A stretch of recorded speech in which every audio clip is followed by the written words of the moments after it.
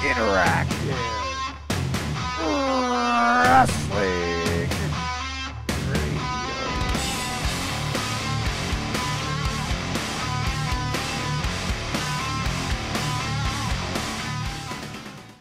Hello everybody and welcome to another edition of the Interactive Interview on theinteractiveinterview.com.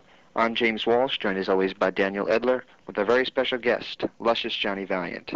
Johnny, how you doing? I'm doing pretty good, alive and well here in Manhattan, New York City. We're glad to hear it. We have a lot of questions for you, so are you ready for this? Go right ahead, fire at will. Okay, the first question we have for you is a rather generic one. It's, were you a wrestling fan growing up? Yes, I was. Yeah, I grew up in Pittsburgh, Pennsylvania, and I used to watch wrestling on with my father, actually, in WIIC TV, Channel 11, an NBC affiliate as a young teenager, and guys like Buddy Rogers, Bruno Sammartino, and Johnny Valentine certainly caught my interest. Mm. What was it like training with Al Costello? No, Al Costello, you know, he was very nice and polite, you know, had that Australian accent, and in no uncertain terms, you know, it didn't take him too long to certainly convey to me the message that he was a great wrestler and really knew his way around the mat, and he kind of rubbed my nose in the mat there upon several occasions just to see if I could take it, but you know, a 19-year-old kid up in Williamston, Michigan, in the Sheik's backyard, where he had a big ring set up. At that point, Al Costello was king of the ring in my book. What were some of the early territories you wrestled in, and what names did you wrestle under? I wrestled under John L. Sullivan initially when I started, back in Detroit, back when there were the territories there, and also Johnny Sullivan in Nashville, Tennessee, the Nicholas territory, Johnny Sullivan in Florida out of Tampa, Johnny Sullivan in Atlanta, and even my first time in New York City, I was John L. Sullivan. Came in here and wrestled as a clean, you know, knowledgeable with the holds and all that, quote-unquote babyface here. So I was going back into the late 60s. Yeah, why did you change your name to Johnny Valiant? Well, Heenan kind of put Jimmy Valiant, handsome Jimmy Valiant, and myself together. He saw me wrestling up in Ontario, Canada, and he figured I'd be a good partner for Valiant. And so I took the name Jimmy Valiant, and on the WGN TV show in Chicago with Bob Luce as the promoter, he brought me out into the studios. Now luscious Johnny Valiant, handsome Jimmy's brother. You were the WWF Tag Team Champions, defeating Tony Garea and Dean Ho. Right, I'm sorry. I've got notes here that I wrote down and I accidentally misread that. What are your memories of that match?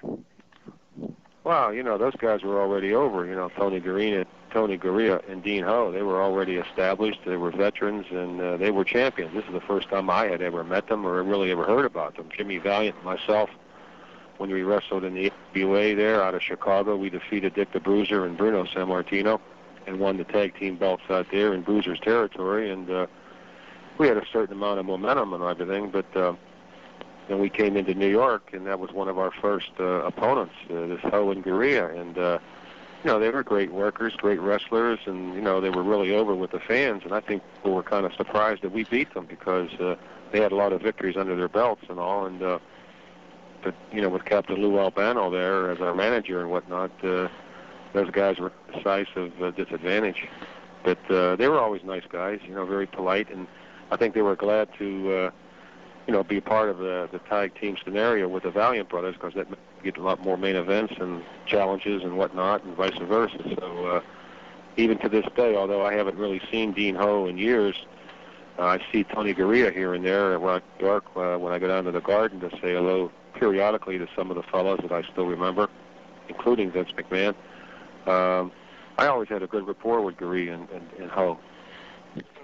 Whose idea was it to go from the WWF to the AWA/WWA?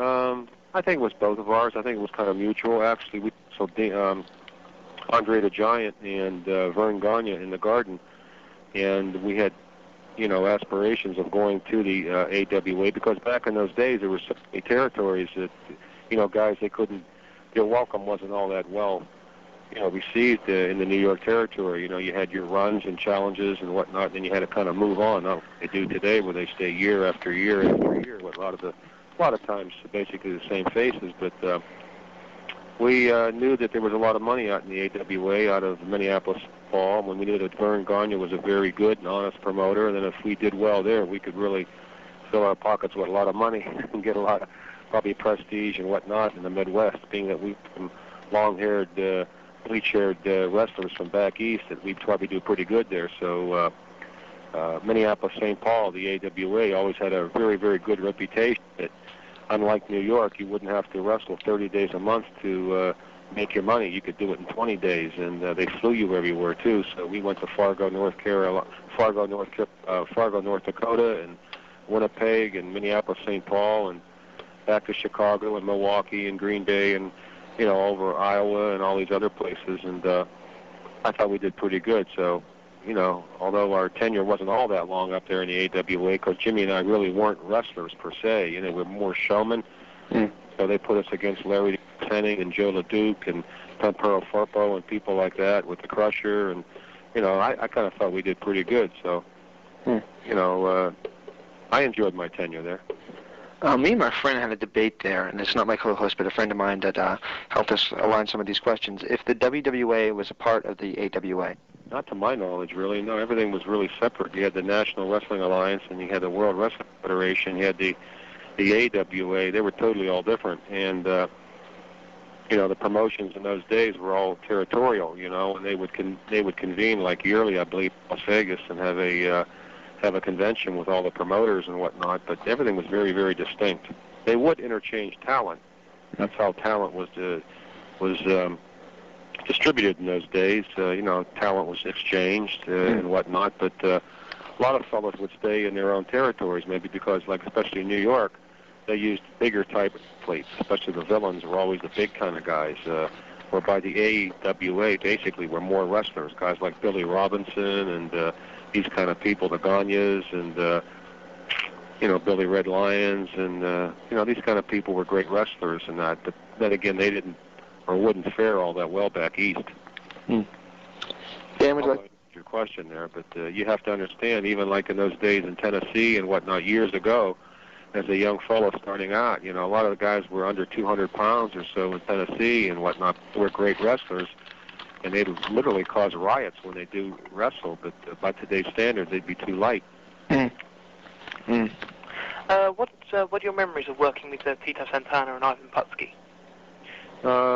Good guys, fun-loving kind of guys. Putski was a happy-go-lucky kind of guy. I don't think he took this business all that serious, but he did in the ring. But outside the ring, he was a very gregarious kind of guy, a very happy-go-lucky, devil-make-hair kind of a fellow. He took it serious in the weight room. He took it serious as appearance.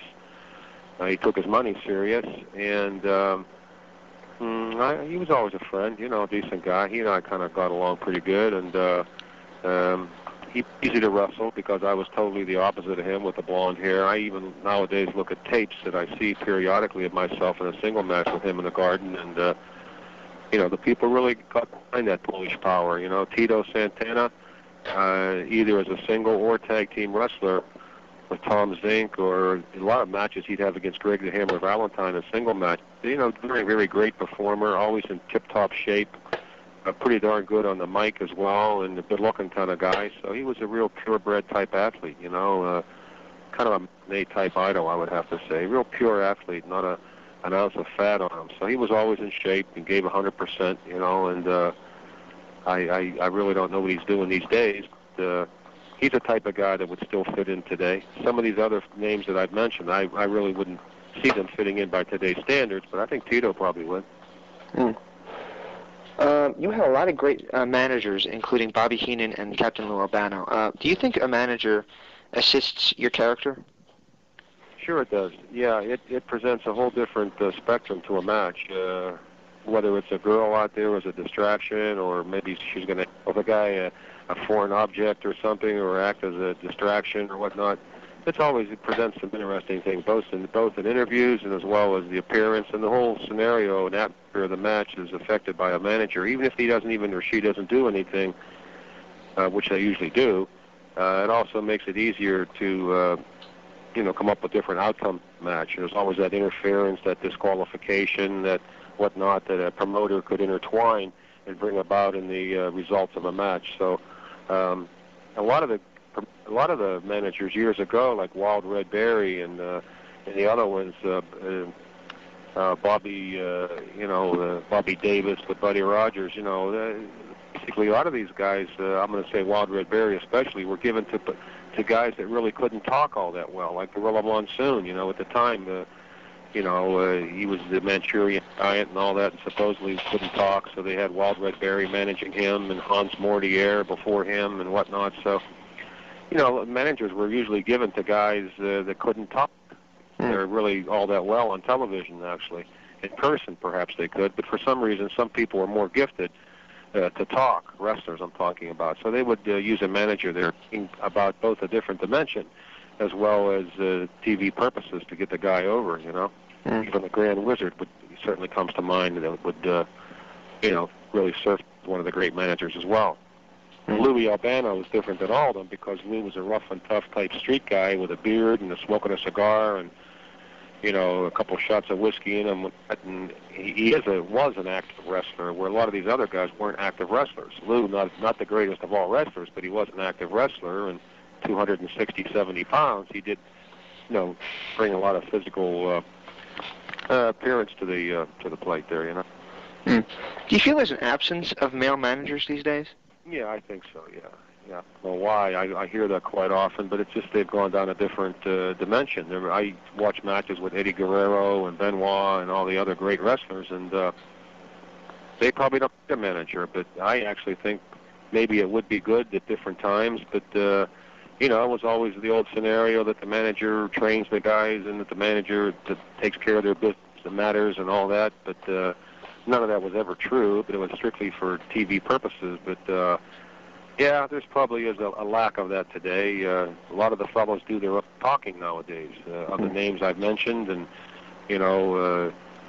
Triple H or certainly this Kurt Angle, great wrestlers, Undertaker or The Rock. These guys, they do their own talking, and they actually could. A lot of these guys out-talk any manager. So perhaps I've answered my own question there. So. In a recent interview, Bobby Heenan didn't exactly speak too glowingly about managing the Valiant brothers. Is there any story there? Yeah, I guess there's kind of an undercurrent there. He must have really convinced Bobby Heenan as well that we were kind of despicable characters. Jimmy and I, we never went on the record books as being great wrestlers. But we had some shenanigans probably out of the ring too, all above board and whatnot. But Jimmy always stayed in character, and I kind of followed behind him as well. And we were never in any way, shape, or form ever connected with the promotions or upholded the office traditions and whatnot. We were just kind of basically what you saw is what you get with us. And whereby other wrestlers, they kind of intertwined themselves with the inner workings of the promotion and whatnot, and Jimmy and I never did. So thusly, we never really had the true backings of the different promotions because we were kind of, free-spirited kind of guys. So, and even to this day, he and I both still are. So, I always liked Bob. I thought he was a great talker, a great commentator. He was one of the guys that gave me a break and all. As far as he was pretty close to Dick the Bruiser. As far as Dick the Bruiser was one of the ones that gave. Well, actually, he's the one that gave me my break. And then after an 8-year apprenticeship of wrestling all over the United States and whatnot, that Johnny Sullivan turned into Johnny Valiant. And Heenan was instrumental, and I always give him credit. And although I don't seek out to be around Bobby, for whatever reason, but then I don't really seek out to be around too many of the wrestlers. But I publicly would never, or literally, I would never go and say anything bad about him or anybody else, because, that's not really in my persona. So. Why was Jimmy replaced by Jerry as your tag team partner? Well, Jimmy Valiant, had came down with hepatitis, and so physically, he was unable to perform. So Vince's father took it upon my judgment to come up with somebody. So I had just came from the Indianapolis territory, of Bruiser's territory, And there was a guy there, Guy Mitchell, the Stomper and whatnot. He had used another name. Big fellow, 280 pounds, and real tough with his fists, and it brought a different dimension altogether. So I gave him the name Jerry Valiant. In fact, we called him Gentleman Jerry Valiant, as we all know, and he did admirably. He did really, really well. And then when Jimmy Valiant got better with his hepatitis, although he never really put the weight back on, he joined us in some six-man tags and some interview sessions and whatnot. So that's how it all came about. But of all the Valiant brothers, Jerry Valiant was the best wrestler and the strongest. And I would never want to really talk with him, believe me. What are your memories of winning the tag team titles from Guerrero and Zbyszko? Well, I look at a tape of that now and then. I do believe when it was done very, very quickly, very, very with a lot of finesse. And it was almost, if you blinked your eyes, you would have missed it. And by today's standards, it would have been a fluke. Whereby today things are done so decisively and premeditatedly that it's obvious as to who would win legally or illegally. Whereby in those days, when that title was shifted with Zbyszko and Gurria, it was done. It was done, like a blink of an eye. It'd be like seeing a pimple on an elephant's back. As it walked by, you wouldn't even see it. But it did change hands, and that made Johnny Valiant twice two-time tag team champ. And I would have to say with each brother. The second time was with Jerry. That Jimmy just watching me outside as this went on. As my memory serves me well, he may have been instrumental in the finish and conclusion to that match. But yeah, that was a pretty good match, but it wasn't anything all that spectacular, actually. Your second run as a tag team champion, so you beat teams like Ivan Putski and Bob Backlund, as well as winning a six-man tag against Dusty, Gurria, and I can't find my notes, Zbyszko. I'm trying to figure out, was this your favorite run in the business? Your second WWF tag team title run? No, I'd have to say it was actually the first time, the initial time, because you're talking to somebody that had done 8-9 years apprenticeship and just been a preliminary guy bouncing around from territory to territory, learning and whatnot. And I got my break with Dick the Bruiser. That was the first time I ever made serious money. I think I was just talking to somebody the other day. I think the first time I ever got a break, man, my largest pay in the business was like $250 or something, wrestling against Bruiser and perhaps Wilbur Snyder or somewhere with Jimmy as a partner in Fort Wayne, Indiana. That's the most money I ever saw. And, so in those days I was wrestling for $25, $50 a match and whatnot, and to me that was a lot of money, a couple $100, Yeah. And so, to be honest with you, I'd have to say that was the initial thing, because going from just being like an undercard guy to a main eventer in the Chicago amphitheater, all that, I guess I was ready for it, because, but financially, it was really something to behold. So I'm going to go with the first championship compared to the second. They did an angle where you were fired by Captain Lou Albano, and it appeared that you guys were going to be turning babyface. But that never really happened. It just seemed to kind of fade out.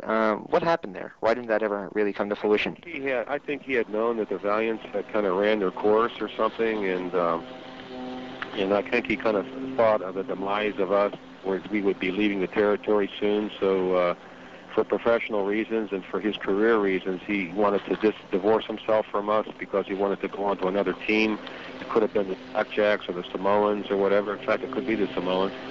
That for his career, he chose to just stray away from us and thus keep the heat on himself as somebody that was, I made them, I created them, and now I'm done with them type deal. So, that was kind of interesting. I was even alluding to the Ozzy Osbourne match that we had in Chicago there. I guess it was Beefcake and could have been Dino Bravo against the, Davey Boy Smith and Dynamite Kid. I believe they had Lou Albano and one and only Ozzy Osbourne in their corner. So, oh my God, Lou Albano there. He's worn many hats, either on my team or against me. So wow. I see Lou from time to time. He's lost a lot of weight and he's probably in better shape than ever. But he does his movies and commercials and whatnot, and I do see him sporadically around New York at different functions and whatnot. But we kind of reminisce and chuckle about it all as we look back on it. At what point did you decide that becoming a manager was more suited to you? Well, Vince McMahon and Hulk Hogan brought me into. I was basically out of the business and was raising my two sons, and I got a call from Hogan and Vince on a simul type phone call where they were both on there, and they wanted me to bring me in and to manage a guy named Brutus Cake, and I guess they thought I was a pretty good manager. In fact, I had managed Hulk Hogan up in the AWA for... Yeah, that was one of our questions, actually. Yeah, so one thing's going to answer the other. I guess I was a pretty fair talker, and all things being equal, I could get somebody over good by talking about them and about their physical attributes and their potential against any given opponent in any given scenario. And Hogan, was led into the ring by me and whatnot. And but then again, that was part of my demise in the AWA too, because little did they know that Hulk Hogan, when he came into the AWA, didn't need a villain manager like Johnny Valiant, because they could see that he was so popular that Vern Gagne said, Johnny, we're going to have to ask you to get out of here or whatever. We love you and everything. You're a great talker, but you're kind of holding the guy back. So after about 6 months of managing the Hulk, he became a babyface and a clean wrestler there, and probably the hottest thing ever to hit the Midwest in the AWA. So, yours truly, Johnny Valiant here, had to take all his words of wisdom and all his charisma or whatever and kind of ride out into the sunset. But it's just something... my friend, that came natural to me. You either have it or you don't. You worked both under Vince Sr. and Vince Jr. That's correct, yeah. Who was your favorite to work under? Yeah, you can't really pick a favorite. Me, I went to military school with Vince McMahon Jr., so it was kind of a thrill to, having played football with him and baseball with him at Waynesboro Military, Fishburne Military School down in Waynesboro, Virginia, so it was kind of fun, and stuff to have him as my boss and all. So, he's kind of an arrogant guy and very cocky and self-assured of himself, but that's okay, because I know the real guy's a decent guy deep down inside. So it was kind of a thrill for me, being around him. His father was a very classy guy, always with a three-piece suit on and like an attorney kind of guy, and the CEO, very quiet, very reserved. And they were both unique individuals, but very classy guys. Nice people to work for.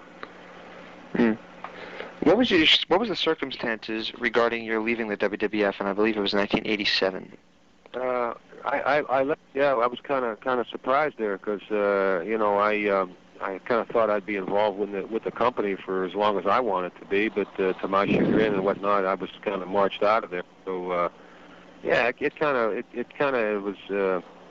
Not painful, but it was kind of like bewildering because I'm a funny kind of guy. I'm not gonna look at anything as anything other than a distraction or a little bit of a setback. But things like that, one door closes and another one opens. So after I left the WWF as a wrestler, I started doing my comedy and whatnot, and back on a different kind of a stage, in a different kind of a ring, in front of an audience, a crowd, and kind of implementing some of my ability to be in front of people. And talk, and with a humorous twist to it and whatnot, so a much larger spectrum of comedy clubs and one-man shows and things of that nature. So although it would still be nice being in the WWF, it did take an adjustment on my part, both financially and emotionally. But even to this day, it's the best thing that ever happened to me, because otherwise I'd still be outside the ring banging on the apron, managing somebody, and that's all I'd ever be, probably, So. Dan, would you like to take the next one? Before we go on to talk about your upcoming tour of the one-man show, final question about wrestling per se is, what do you think of the current WWE product? I think it's just great. I think the guys today are better than they've ever been. Some people may not agree with me, but I do question sometimes the moralistic lack of moralistic values of the show. But I'm not one to pass judgment on it. But that's the parents that let the young kids watch the television so close and whatnot. They watch a lot of things and they don't realize that the guys are doing this for the fans' purpose and their reaction thereof. So I would wish that the parents would kind of monitor with the youngsters under 10 years of age or watching and all that. But I think it's very, very entertaining for people, even because I have a lot of actor friends of mine that watch this, and a lot of showbiz people that really get a kick out of the wrestling. And I wish these guys all the best. I hope they don't get hurt too damn bad. I know they get banged up because when they get thrown around and do the things they do, outside the ring, that is. Boy, I tell you, I cringe when I watch that stuff, man. You got to remember these guys don't have helmets on and shoulder pads and everything else. And at a young age like that, some of the stuff they do, man, you wind up winding up in a wheelchair or whatnot. And you always have to ask yourself that question: is anything really worth it? So the answer is no. So we always kind of do the least as possible with the most results. These guys today, they do the most, the craziest stuff. It's like, it's Evel Knievel kind of stuff. It's all stunt work, man. And I just couldn't do it, what these guys do. I could do the commentary, I'll tell you that, but I just know way I'd want to get in the ring and zing-zang around and over that, and like on the audience and all the stuff they do. Boy, it's phenomenal. It really is. Go ahead, Dan. No, you go right ahead, James. We talked to Bruno Sammartino recently, and he expressed his rather unapproving views of the way the wrestling business has turned since, he got out of it. Do you feel he's bitter, or, what do you think, sparked it? I guess you can more or less decipher that, by some of the tone of their voice. But I tell you, I never want to ever come across as bitter about anything, because if it wasn't for wrestling, I wouldn't be doing my one-man show as Johnny Valiant, the wrestler, before, during, and after, and that. And I have a lot of friends that kind of, like non-wrestling friends. Most of my friends now are actors, or both male and female, and they not only accept me as being an actor, very humbly my career in acting, and I say that very, very modestly because it is, but, it's because, I have a little bit of a name, Johnny Valiant. It's all attributed to, being on television over a long period of years and whatnot, and a lot of them remember me, so, that kind of certainly helps me. But I always wanted to be a wrestler. I never really cared about the money. If I made a couple bucks, that's fine. But I was never in this business for the money. I just did it because I love to do it. And that's the true merit of a person.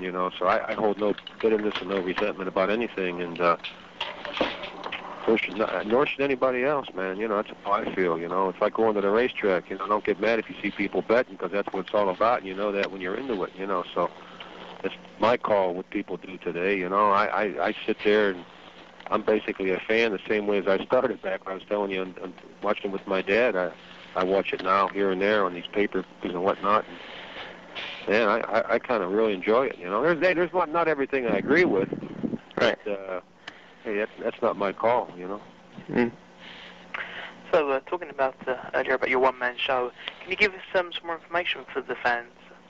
Yeah, sure. It's starting on September the 5th here in what they call the East Village in New York City, and it's I think it's going to be kind of a milestone for my career. It's an off-Broadway, of course. It's not on Broadway, so but it's off-Broadway in the East Village, and it's on September the 5th, and it runs on Friday, Saturday, and Sunday. Friday, Saturday, Sunday. Friday, Saturday, Sunday from September the 5th up into including September 21st with Sunday matinees. So the non-NFL football widows and whatnot, they can come down on Sunday afternoons and watch it. Otherwise, it's at 8 o'clock on Friday and Saturday nights. And it's a modest $10 admission, and you see Hall of Fame fellow there, luscious Johnny Valiant, talking about his life. And on the theater for the new city. And it's an evening, luscious Johnny Valiant. It says here in this marquee, first time ever, wrestler takes on himself. So it says, a legend looks back on 30 years in pro wrestling and answers the eternal question, quote unquote, now what? So I'm looking forward to that. Theater for the New City at 155 First Avenue at 10th Street, and 212-254-1109 for anybody around the Eastern Seaboard. Come on down and say hello, and be my pleasure to get up and talk about my life. For any of the online internet fans that you may have, can they book tickets online? I would not doubt that. We have JohnnyValiant.net is my website, and they have the www.theater for then. Let's see here. I'm going to start over again, folks. www.theater theater, Theeter, FORTHE, newcity.net. So that's what it is, www.theaterforthenewcity.net. So I would not be surprised. You probably could book some tickets there. So the lady manages the place is Crystal Ford, and it's going to be directed by Gary Wagner, and yeah, it's going to be interesting. So it's a new experience for me, and I've taken this show up to Schenectady, Albany, up to Jamestown, New York, and parts of the different places in Jersey, prepping it and warming it up. So when you're talking about your own life story, you know, you don't really need a Rolodex too much, and talk about your life much like I've done tonight. So look forward to it. Before we close out, can we ask you if we'd do word associations? We'll just name a name, and you can tell us. Okay, sure, real quick. Why not? Okay, sure. First name on the list is Captain Lou Albano. Good buddy of mine, probably one of the most naturally funniest persons I've ever met in my life. Hulk Hogan. Somebody that started out in the AWA, at least when I met him, and had a kind of an old four-door green Lincoln Continental that used to pick me up in front of the Budgetel Hotel in Bloomington, and he would take me to the TV station for Vern Gagne, and I would talk all about him and wish him all the success. He's really had a tremendous career. Dino Bravo. Dino, much to my chagrin, unfortunately met a very untimely death. Very strong guy. I used to really make him laugh a lot, and always had that gold Rolex watch on, and boy, he could sure push the weights, and he was a darn good wrestler. Adrian Adonis. A great talker, and wrestled the same way he spoke. And with Jesse Ventura, Jesse kind of had to take a back seat to this guy, because the better talker was actually Adrian Adonis. Brutus Beefcake. If it wasn't for Hulk Hogan, I don't know how much he'd get booked, but a decent sort, a real good athlete, and a lot of Greg Valentine's ring expertise rubbed off on him. So, Nikolai Volkov. Very honest kind of guy. People would never know it, but I used to stay with him quite often in the hotel rooms while we were on the road, and I've known Nikolai Volkov for over 30-plus years. In fact, I saw him a couple weeks ago, so he's a very nice guy. Iron Sheik. Iron Sheik, I have met him in the AWA too. He was training a lot of guys up there for Vern Gagne, and he went from a very quiet type, Iranian type fellow, a collegiate type wrestler that did nothing more than referee the matches up there, and then years later, here's a guy dressed up like a Yasser Arafat type, and by today's standards, this guy would probably need the 1st Marine Division to take him to the ring. So, Larry Zbyszko.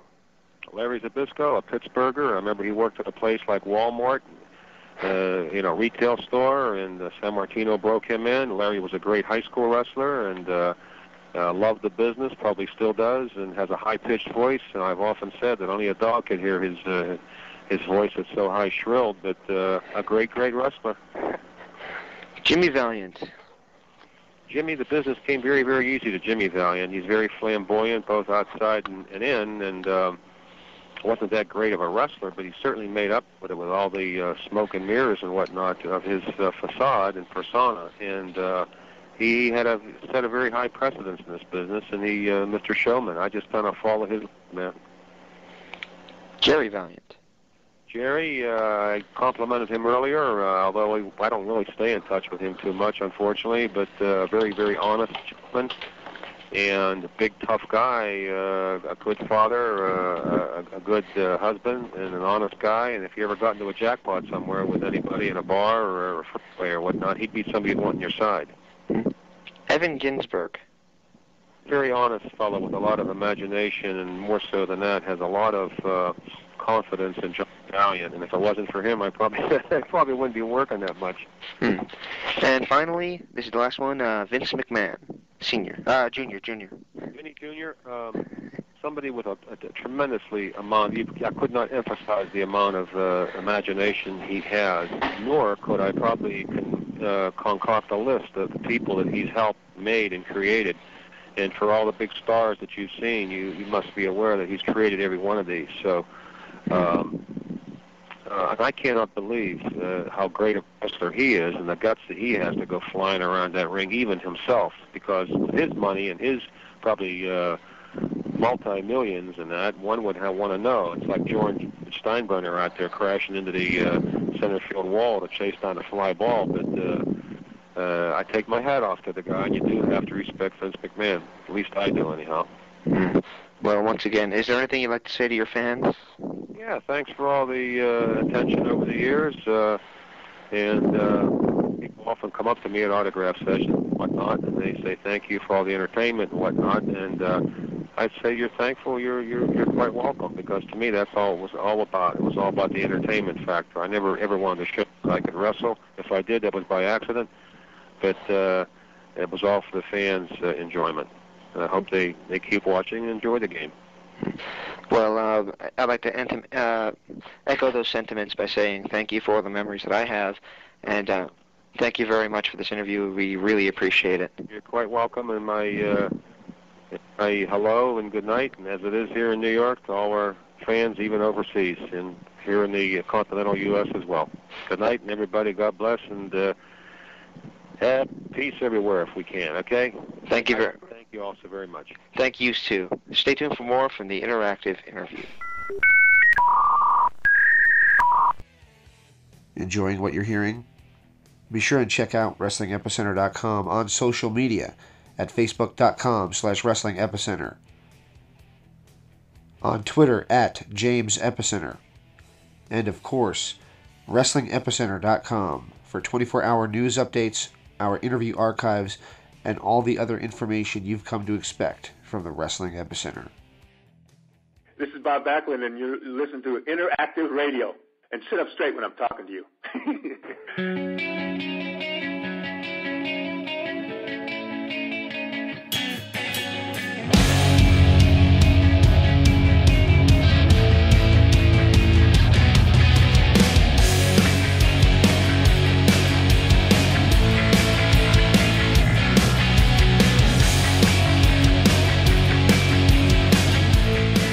Hello, everybody. Welcome back to the interactive interview. Dan is in, I can't remember the name of the town, but he's basically at college right now with his friends, setting up his new house. So joining me for this recap is 3SW Forums legend, or I think it's God, isn't it? Yep. Mr. Rick Bear. Rick, we had you on a couple weeks ago, and we're happy to have you back. Rick Clark, by the way, is his real name. I'm happy to be back. I had a good time the first time around. So, what'd you think of the interview? In all sincerity, I had to listen to it twice, and the reason for it being the first 10 minutes, it bored me. But the reason why I listened to it twice was to give it a fair shake. If you listen with an open ear, he's giving you an awful lot of information, and he's answering the questions from his heart. Now, we may not agree that he's being honest about how he feels about the current product, but he did say that he wasn't happy with the moral aspect of the current product, but the rest of it was pretty good. And he didn't like all the high spots that they were doing. It was like, the standard thing is we used to give the most for the least or give the least for the most. These guys are going out there and breaking their necks, and they're not getting the reaction out of all this hard work that they're doing and all this dangerous stuff that they're doing. So I think he was being honest about that. He might have been being honest, and I honestly did not, I didn't dislike the interview, but I didn't think it was our best. I think he gave us a lot of his time, and I didn't realize how long it went. And that was one thing that Dan and I talked about when we hung up. We said, that wasn't so long. And then I'm recording it, and I'm looking, and we're 35 minutes into it, and it's just about over. I was thinking, 35 minutes, that's pretty long. But one of the problems I had with it was every guest that we've had has never spoken a good word about Vince McMahon. And if they have, it's because they want to go back there. Even guys like Crash Holly, who have intention of going back there, he pretty much laid it on the line for you. He said, Triple H is holding people down. So things like that, things along that line. Of course, Johnny Valiant wouldn't be, privy to that information because like you said, he only goes down to the garden every once in a while to say hello to people. But if you watch the shows, and we were talking off the air, and Rick said he fell asleep during SmackDown. So, I mean, the shows, to me, are lacking something. I have no idea what it is that they're lacking, but it is something. I think they're lacking good competition, and they need on-air competition. I mean, I know you're a big fan of TNA. I'm hoping that TNA sometime can become heads-up competition with the WWE. It'd make both products better. Every time you've had wrestling that was on air and it was by itself, the product quality goes down. They don't have any reason to strive for better quality. When I was a kid, we'd go down to the Channel 40 complex, and they had a little ring set up, and it was kind of reminiscent of Jerry Lawler's stuff from the early 80s. It was a very small little room, and it had a ring, and you almost wondered why anybody would go to the top rope. And in those days, the only guy that ever went to the top rope was Ray Stevens. It was low ceiling. You got about 100 people in there, and that was the television production. Now the live shows were held down at the Memorial Auditorium, which sat about 6,000 people, and they'd pack them half the time, and the other half the time they'd be 4,000 people. They always ran a good show every other week at the auditorium, and the ones in the studios were always free. So things have changed a lot in the last 30, 40 years. But no, I don't know what it is that they're lacking other than competition, James. One could point at creative direction. I personally would. If you look at, I mean, I made this analogy. I don't know if you read the forums anymore since you don't really post much, but I still read them. I made an analogy saying that, I hadn't really watched WWF since, or WWE became since they bought WCW, which was a year before. And then I heard it was Hogan and Rock at WrestleMania, so I turned on the television and watched the preview show and get ready for the pay-per-view. And I hear Triple H saying, "What have you done to my dog?" And I thought, holy shit, what did this become? I mean, it's like, excuse me? Did he just say dog? He just said dog. Okay. Is it like Al Green brought back from WCW? I don't know what the hell. God, I forgot about the dog, Al Green. Yeah. No, he was talking about his four-legged creature. But that was the setup where he and Stephanie were going to go through a divorce, and this and that. They weren't even married, but that's beside the point. That's all gimmick. Now, I wanted to know what they're going to do when they actually do get married. Are they going to get married on television? Or are they going to just do a nice, quiet little ceremony? And wouldn't that be kind of hard to do on television, considering she's supposed to be the baby face and he's the heel? And I don't see him turning face anytime soon. No, I don't either. And I've said this before, and a lot of people will say, well, he's holding down talent. The thing is if you looked at how wrestling used to work, Triple H is the perfect individual to be at the top of the heap for a long period of time. The Rock would have also been perfect, but Rock is actually making more money doing movies, not only for himself, but for Vince McMahon. Because Vince McMahon gets a certain percentage of his movies, plus he's the producer, or executive producer, so he gets a big cut too. But I think everything The Rock does under the name of The Rock, Vince gets something like 30% right off the top. I have no idea what it is, but it's a pretty good chunk. And well, that's what Roddy Piper said this in an interview I saw once. And speaking of which, we're supposed to be getting him soon. Roddy had to cancel the other day, but we're supposed to be getting him soon. And he said, the first thing you do is, if you get any name recognition at all, is you go into that office and you demand that you own your name. He said, because if you ever leave here, you're not going to be worth anything unless you have your name. And that's the truth. But what Vince does is he will trademark the name and copyright it. Hulk Hogan's name actually was copyrighted by Mattel Toy Company at one time. Right, I don't think that's the case anymore. I know Brutus Beefcake. Do you know how that name came about? No. You know, in San Francisco area, there was a big gay population, still is. Right. And the big name for anybody was "You Brute," and at the time, a big gay magazine was Beefcake. And Vince saw it and put the two names together and called Brutus Beefcake. Well, he did bring him in as he was supposedly from San Francisco. Right. But he never played the gay button with him. Well, it was hinted, but he never played up on it. He never did the Adrian Adonis flaming type role with it. Or I wonder what would happen.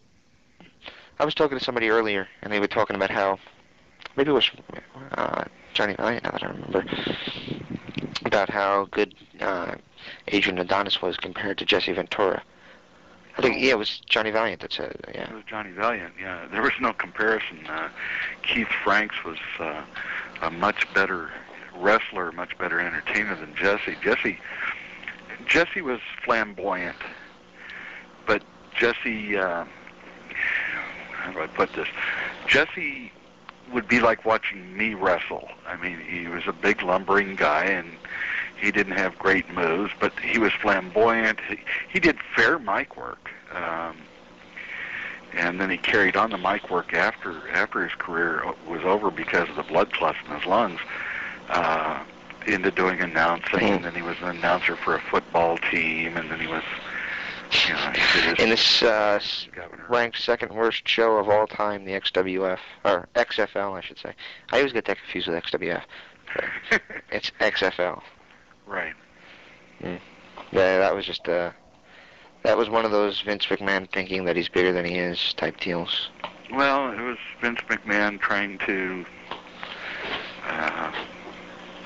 capitalize on something that he didn't. He tried to do it in too short a period of time. He did that. He put that whole thing together in about 3 months, and it really, really needed 2 or 3 years to put it together right before he started it, and it just didn't work. Well, it wasn't what it was supposed to be too. It was supposed to be WWE, WWE football. Right. It was supposed to be, we're going to involve the cheerleaders in the games somehow. We're going to have, there's going to be real fights on this field, but you can't tell what's real and what's, fixed.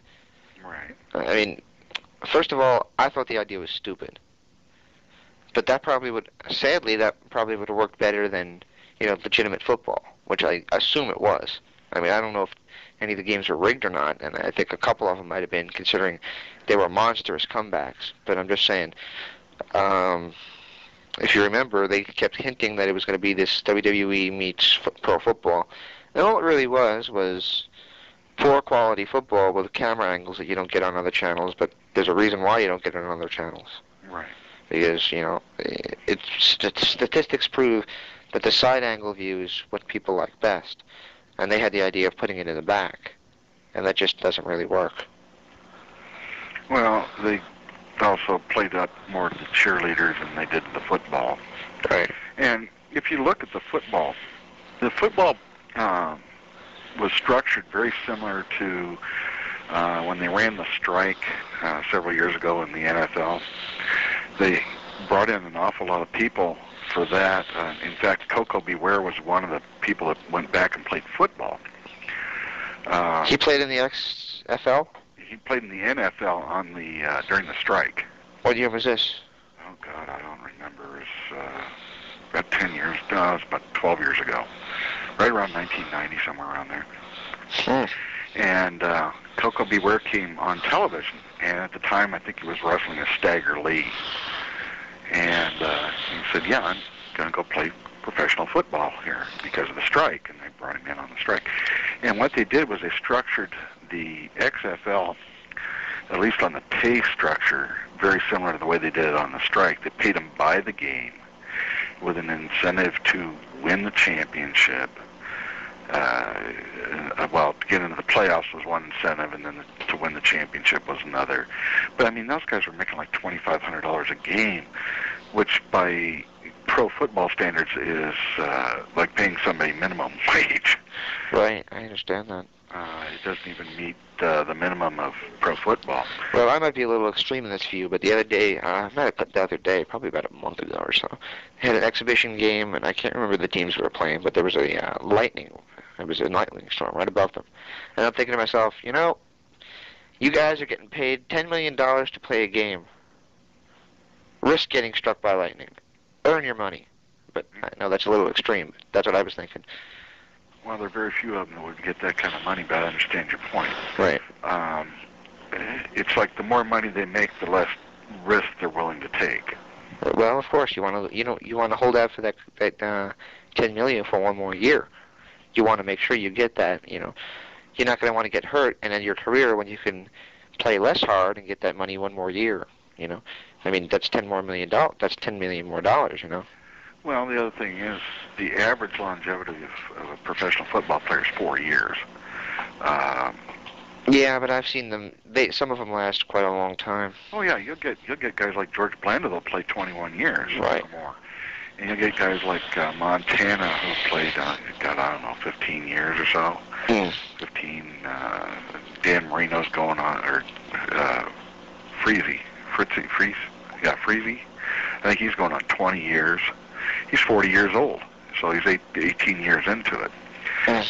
Marino played for about 20. I mean, some of these guys have played for 20 years, granted, but you take guys that went down and bought a truck the other day, and this guy played for the San Francisco 49ers, the salesman. He played for the San Francisco 49ers. He was with them for 5 months. That was the sum total of his professional football career. We got a guy over here at the supermarket, literally around my block, and I walked in. You probably could tell by the way I talked to him from the New York area or around there. So he heard me talking, and he's like, "You're from New York, right?" And I said, "Yep, yeah." And he's like, "I know you probably don't recognize me, but I used to play on the New York Giants." And I'm like, "Really?" And I thought he was BSing me, but he kept going on and he showed me like a car or something. I was like, "Wow, cool."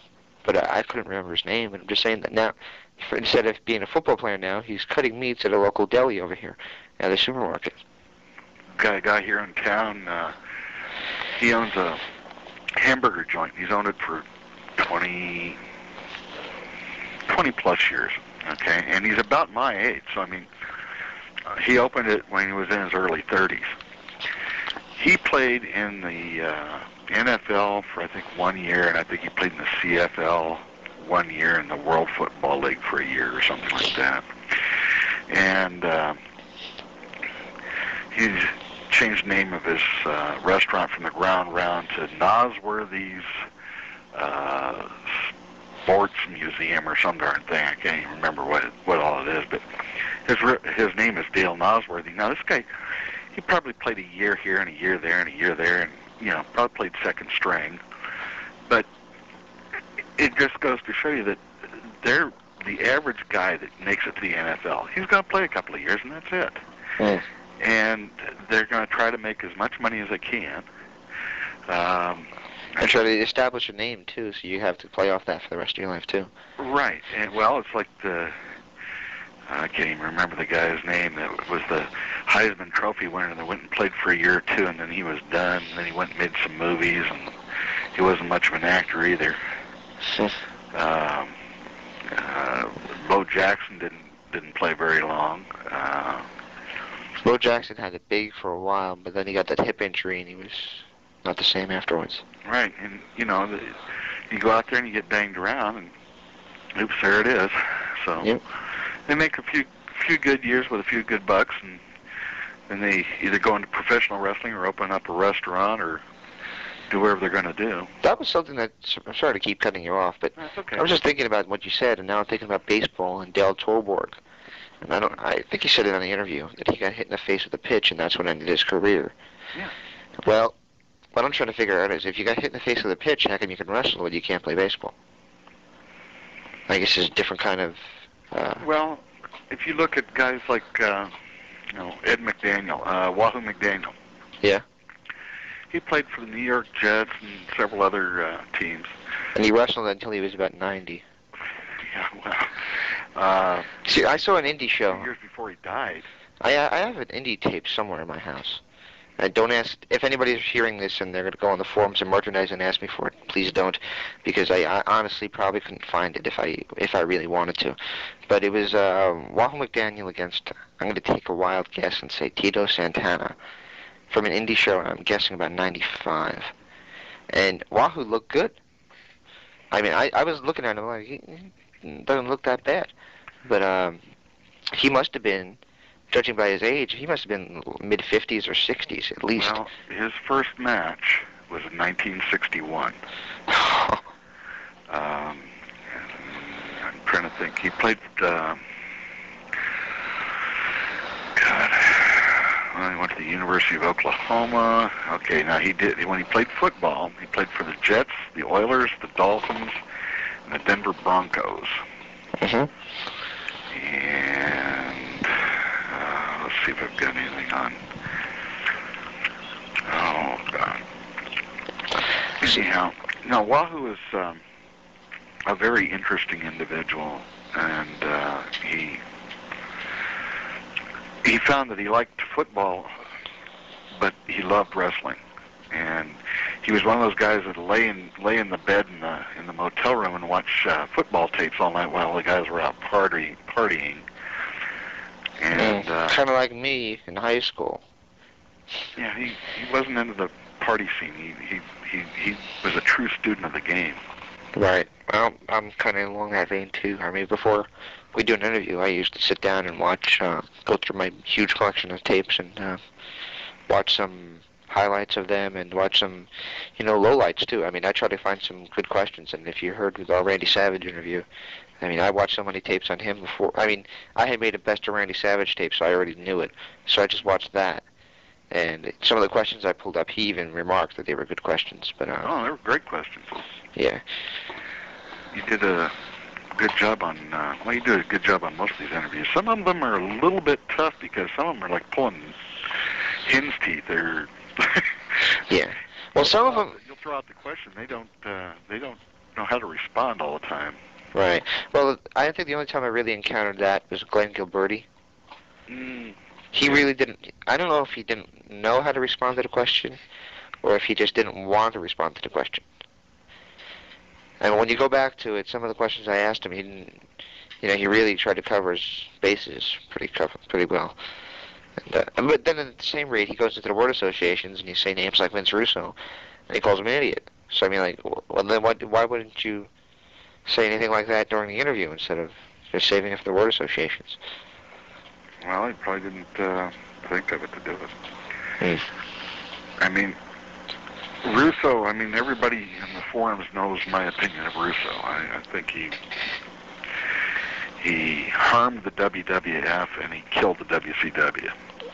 I'd have to more or less agree. Yeah. I mean, he gave us a lot of short-term interest. It's called hot-shotting. Long-term damage. Right. He hot-shotted the territories, basically. And after you hot-shot for a while, the bottom falls out. Exactly. So you don't know what to do next. And that's kind of what I don't know what to say, shudder, I guess you could say, when I see him on NWA TNA, because sometimes when he goes all the way with it, when he pushes the button all the way, I start thinking, okay, now what are they going to do next week? And that's when, they start putting on a wrestling show again, and people think that, the bottom fell out. I don't know. I don't think they should ever really range that far away from wrestling as far as they did. I mean, for a while there in WCW, it kind of became like, the fans are sitting there in the arena, and we're watching a soap opera on the backstage wall. And occasionally, during commercial breaks, they'd show something in the ring, it seemed like. But it seemed like everything was going on backstage, not anything in the ring. Well, they picked that up, too, from the WWF. I mean, they've been doing that for years. They do an awful lot in the back room. I watched it 3 or 4 weeks ago. And I think they had 2 segments in a row without once going to the ring. I was like, oh, boy. I mean, that's 2 complete segments going to commercials and coming back without at once going to the ring. Well, I think they found that people are more into it for the storyline, the soap opera part of it, than they are for the actual wrestling, and that's sad. It shows a misdirection of what the product really is. I mean, it's like you sell bubble gum and give them baseball cards. Well, no one ever liked the gum, so they bought the baseball cards and threw the gum out. Right. They were selling you bubble gum. This was back when baseball cards were a nickel for $5. So. Yeah. Well, when I bought them, they still came with gum. But the reason I didn't like the gum was because it usually was about as hard as cardboard. Oh yeah, and stale. Stale is, yeah. It had to be 2 years old. Yeah, probably chewing the baseball card would have been better. Well, it tasted better. Yeah, probably would. But it's a misdirection, James. They're just, they don't run what brought them to. They don't do what brought them to the dance. Wrestling is what's on the marquee. And that's stealing a line from Arn Anderson. But if you think about it, that's actually a good point. And Arn was complaining about WCW when they had the NWO. I mean, if you look back to that days, compared to today, that's old school. Right. Plus, the NWO, as far as that part of the thing went, the NWO was bad for wrestling. It was a short-term gain, a long-term loss. Well, it wouldn't have been a long-term loss if they would have known what to do with it. But they didn't.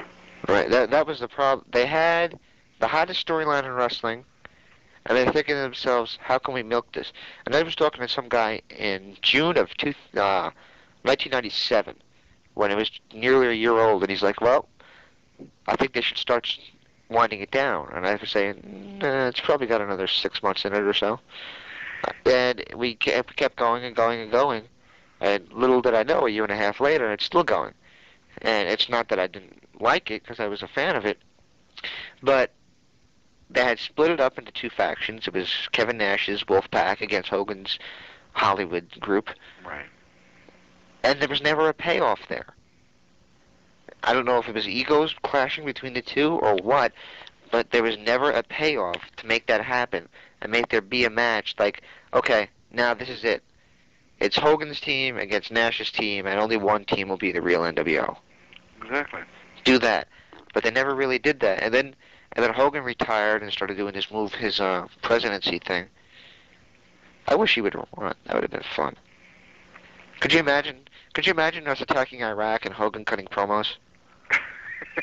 That would have been interesting. Although I think that Flair going for governor of South Carolina would have been more realistic. Yeah. No, the NWO thing to me was a 3-month gimmick. Okay, if they would have cut it, I didn't like it from the beginning. I said it was going to be bad for wrestling when they did it. I think history bore me out, but the thing is, if they would have run it for 3 months, cut it off, it probably wouldn't have done the damage that it did. But you're right, it got boring. I mean, everybody was a member of the NWO at one point. And that's the problem. It should have stayed exclusive, but not. It could have gotten bigger, but it just shouldn't have been as open as, okay, you're going to join this week. No rhyme or reason for it. You're coming in from Japan, so let's put you in an NWO shirt so people give a shit. Yeah, Masachano, right, Ray. I mean, what's the point? Right. I mean, I think Masachano took it back to Japan and ran with it a little bit over in Japan. But I think in Japan it was actually one of the biggest things that happened over there in years. Yeah, but I mean, if you look at it here, okay, what was the point of bringing Stevie Ray in? I think it was designer. I think the point of bringing Stevie Ray in was that Booker T was injured at the time, and they didn't have a clue what to do with Stevie. And I think eventually what they wanted to do was have Stevie Ray against Booker T. And once again, for some reason, no payoff. Well, once again, it's that, gee, it doesn't work unless drop it thing before someone recognizes what we're actually doing. Right. It would have worked. I think it would have worked if it was Booker T against Stevie Ray. Granted, Stevie's not as good of a solid worker as Booker, but I think it would have been a good match. No, I can't disagree with that. two of them knew each other well enough they could have played the match any way they wanted to play it. And if it wasn't for Stevie Ray, Booker would probably be sitting in prison someplace right now for armed robbery. Right. There was a lot of good done by Stevie he doesn't get credit for, and I like the guy. He seemed like a funny guy, and I think a lot of people now, unfortunately, look back at his announcing career. Yeah. And I thought he was actually a funny announcer, but he wasn't. He obviously was not trained to be doing that. No. Right. He was just kind of put there to, try to float. What the hell's the word? Short off the. Try to bring some color back into it. I mean, you had Tony Schiavone. Was that pun intended, or? Oh, color? No. No, that's what I thought you meant. I was like, oh. No. But the point I'm trying to make is, I think they did that because if you remember at the time they had Bobby Heenan, and then all of a sudden Bobby was gone, and Mark Madden was doing 2 shows. God save us all. And then all of a sudden Stevie Ray came on. And Bobby said in an interview, I don't know if it was our interview or another interview I heard or saw, that they did that because of the WCW racial lawsuit, which I understand was just settled recently. Oh, the thing with Sonny Ono. Sonny Ono and that group. Yeah, Robbie Walker, Sonny Ono, there were quite a few of them. I don't know if I'd ever even, like if I was a promoter, like Jimmy Hart is, and he's trying to get that XWF started up again, and they're using guys like Sonny Ono, I don't know if I'd bother. I wouldn't hire him. No, I wouldn't. I'd say no. You're it's like there's these guys in TNA, and 3 of them signed in a row. I'm not going to say any names here because I don't want to get in trouble. 3 of them signed in a row. And out of the 3, like they all signed in a row because they were a group at the time. And out of the 3, 1 person remained. But they all signed contracts to be used 26 times in a year. And I think all of them were used maybe twice. And the other one's been used probably more than 26 times since.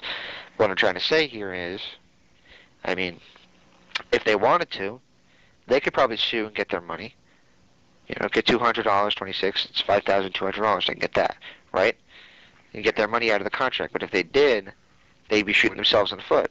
Right. They would never get booked there, and probably Vince would see it and probably think, who the hell are you?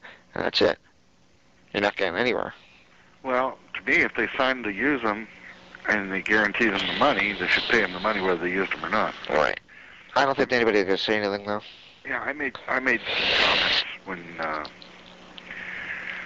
when you were doing your heel thing. Yeah. And you were picking on Lanny Poffo. I made some comments about that.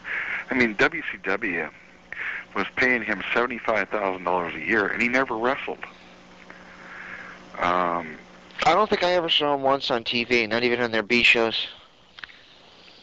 Yeah, he never wrestled for him. I don't think he ever strapped on a pair of boots.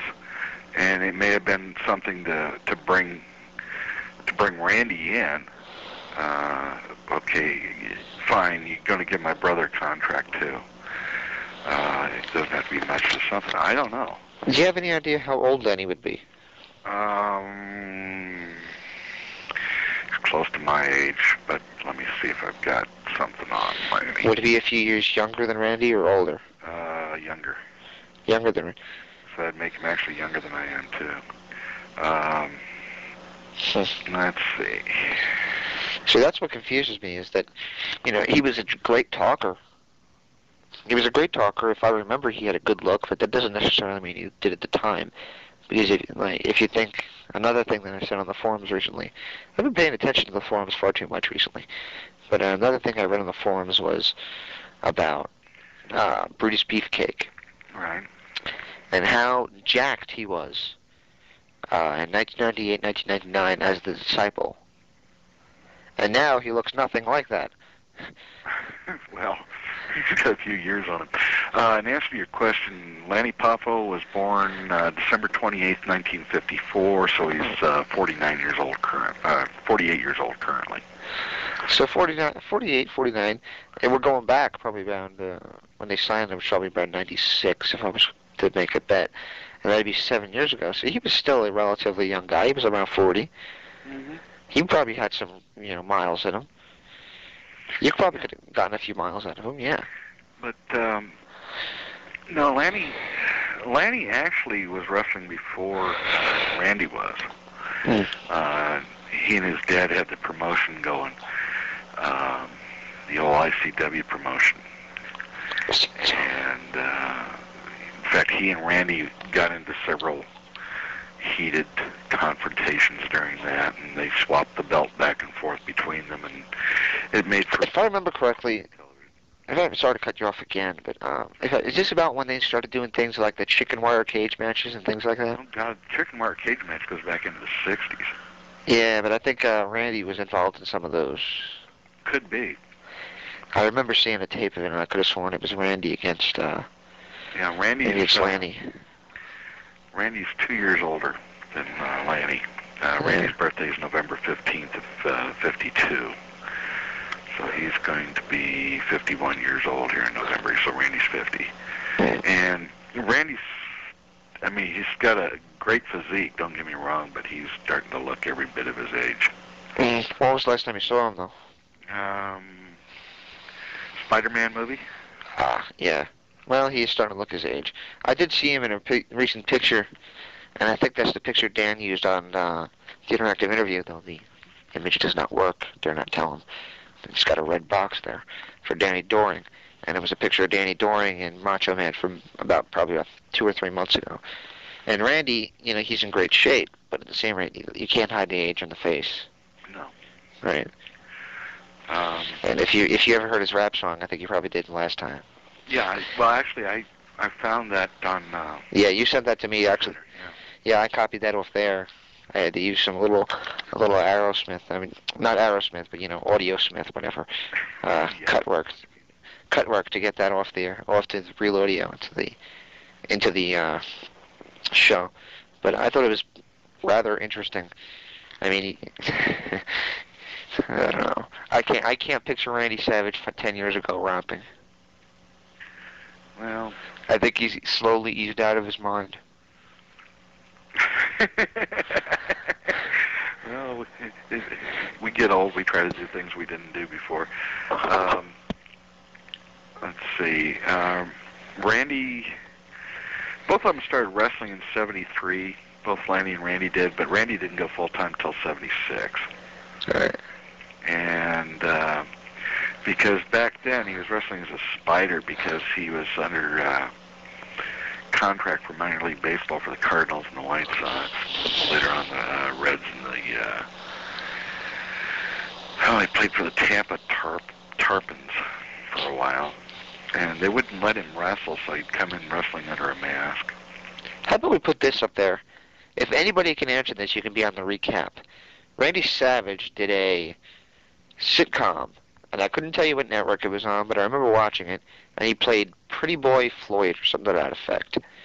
And basically was the entire joke throughout the show, and this was probably around 2000 or 2001, the entire joke throughout the show was how Randy was no longer a boy, and during the entire match, this guy put him in a headlock, and he said, "Oh, my kneecap just fell off," or something like that. The entire joke was how old he was. And Randy did it. And he's like, he was standing in the guy's house, and he's like, "Would you like to sit down?" He's like, "Oh, if I sit down, I'm not getting back up again." And I was like, "Oh, man, why would he do this? This is like, suicide. Why would you do this?" Well, he was probably being honest. What? He was probably being honest. Probably was, yeah. His body's been pretty well beat up, and you jump off that top rope and drop an elbow, it looks all well and good, but every time you do it, it's taking a little bit out of you. Mm. And his body's pretty beat up. I know his knees are bad.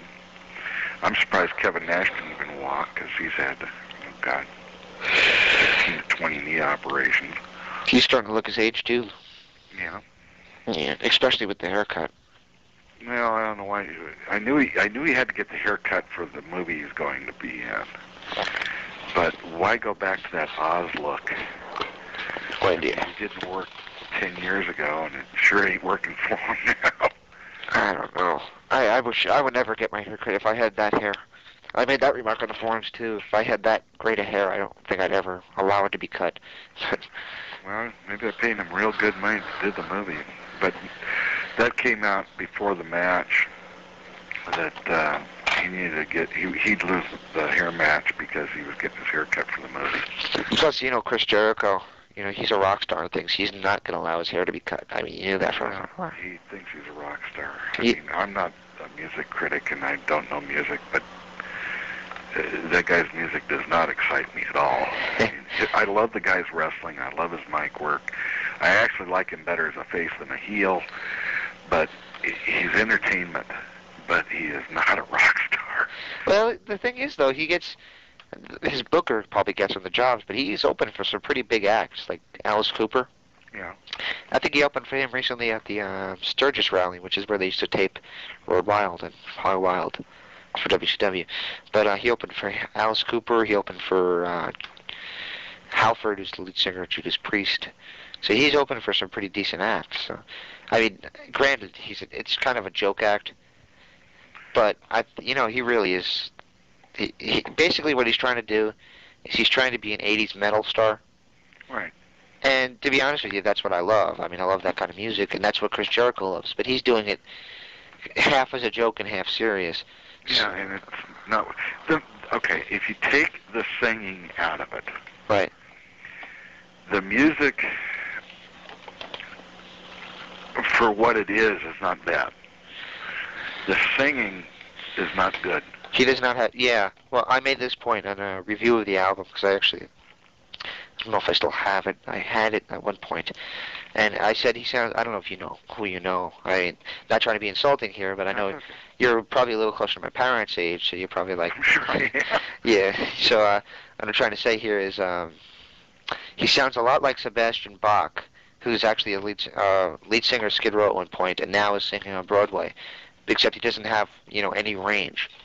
Like, he has his voice, but he doesn't have any range. Exactly. Right. But like you said, I think he's doing it half as a joke and half serious. I mean, the guy has some musical ability. Okay. And I saw it on the WWF video called Breaking Down the Walls. I mean, he's funny on stage. I mean, he dances around the stage pretty funny. So, I mean, that's entertaining as hell if you're there live. I don't know if it translates to records, though. No. No, you have no visual. Yeah, I saw him on a WWE show, and the visual part of it wasn't bad. The visual show with the lights going off and the pyro and this and that and the other. That part of it's not bad. His singing lacks something. It just doesn't do anything for me at all. The music's okay for what the music is. It's your favorite kind of music, but it's not mine. So right. I'm not much of a music critic. Mm. Well, my parents go to the casino every week to see, Elvis imitators and stuff. So, okay.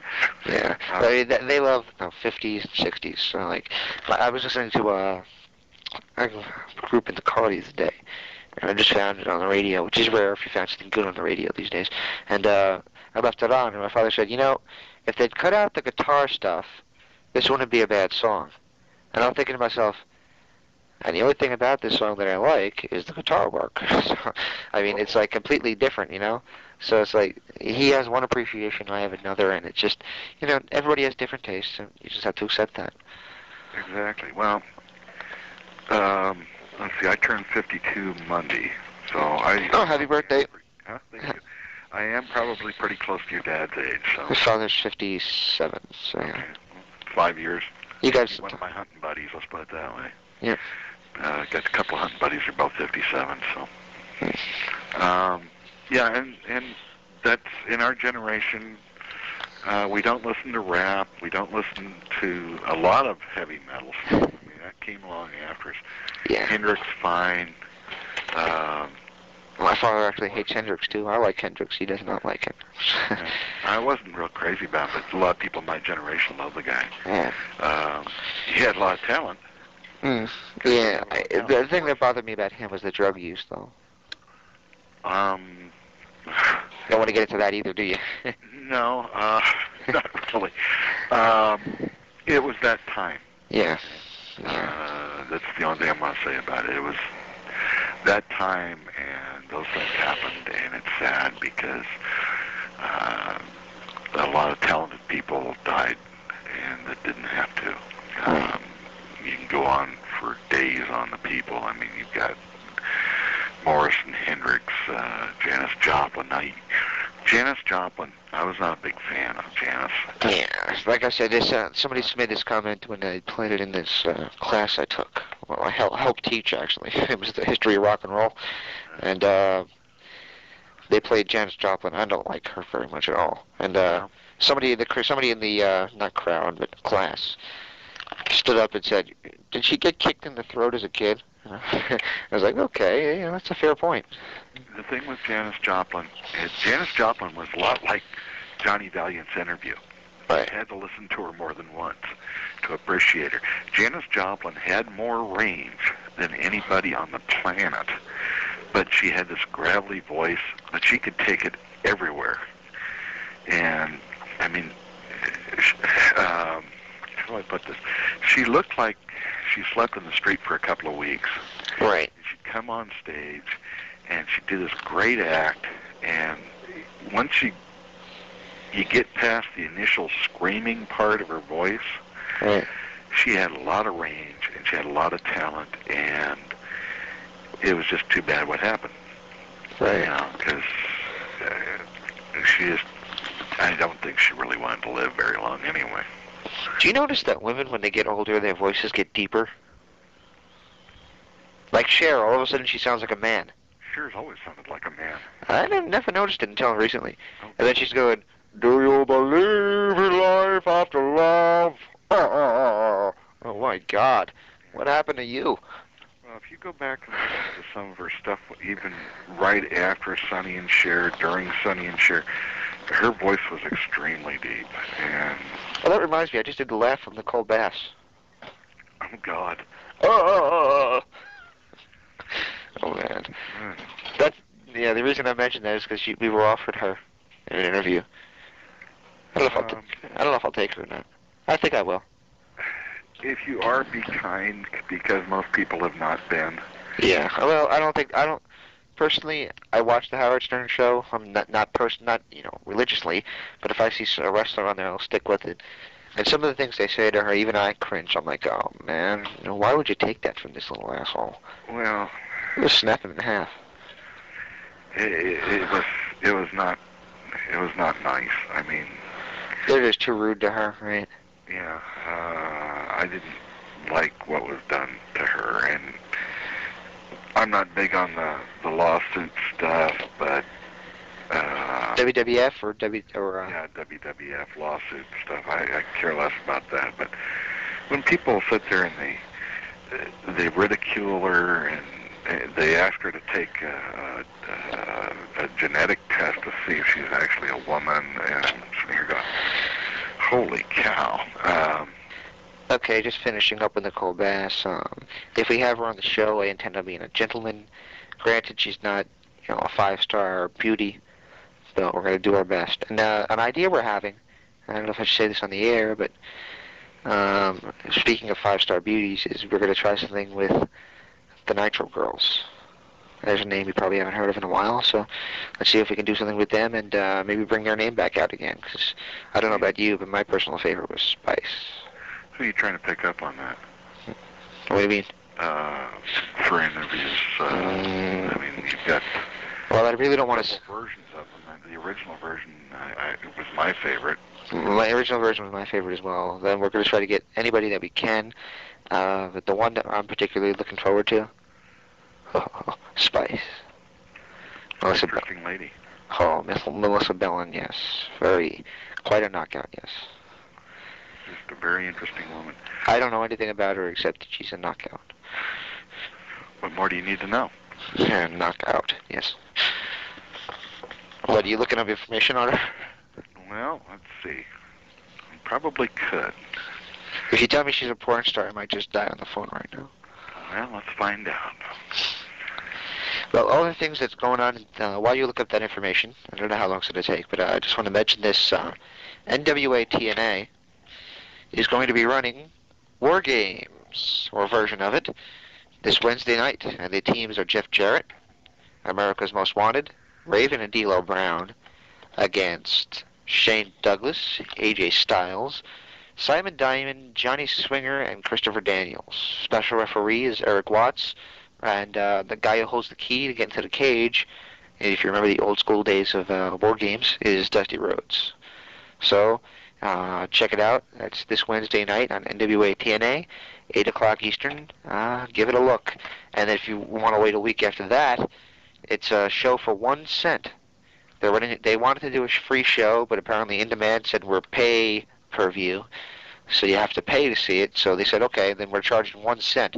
And what they're going to do is, basically, give you a free show, just so you can check it out and see what they're all about, and maybe even attract a few buyers, because, these guys are going out there, they're busting their ass, and I know a lot of people want to say it's an indie, and maybe to a degree it is, but, if you're fed up with the WWF, and a lot of people are, and if you're bored by them, what better than to see young guys that are hungry and trying to get their chance out there, trying their best, doing the things that are, in my opinion, better than the WWF. I mean, I have more fun watching TNA than I do during the WWF.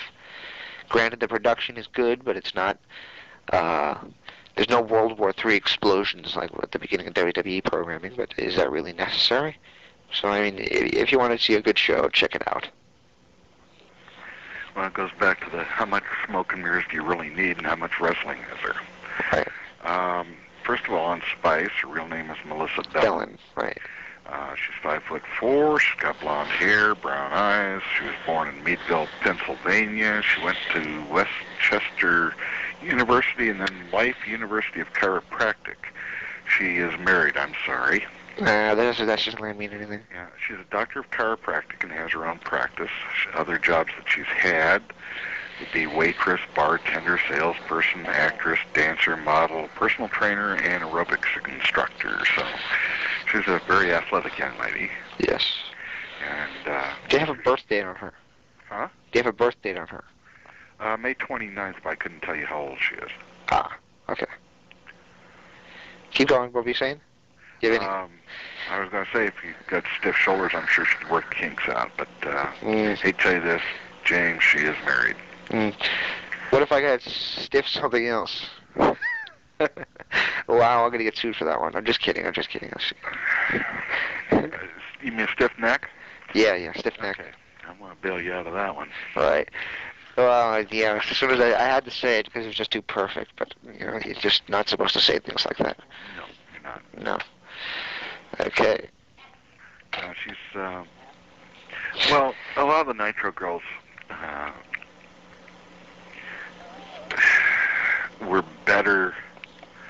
had better professions than going out there and dancing. They did that for fun. Spice is probably one of the more accomplished ones, right? More accomplished ones. But basically what it was is Dallas Page's wife wanted to do a little dance group, and they let her run with it. And they interviewed a lot of women for this.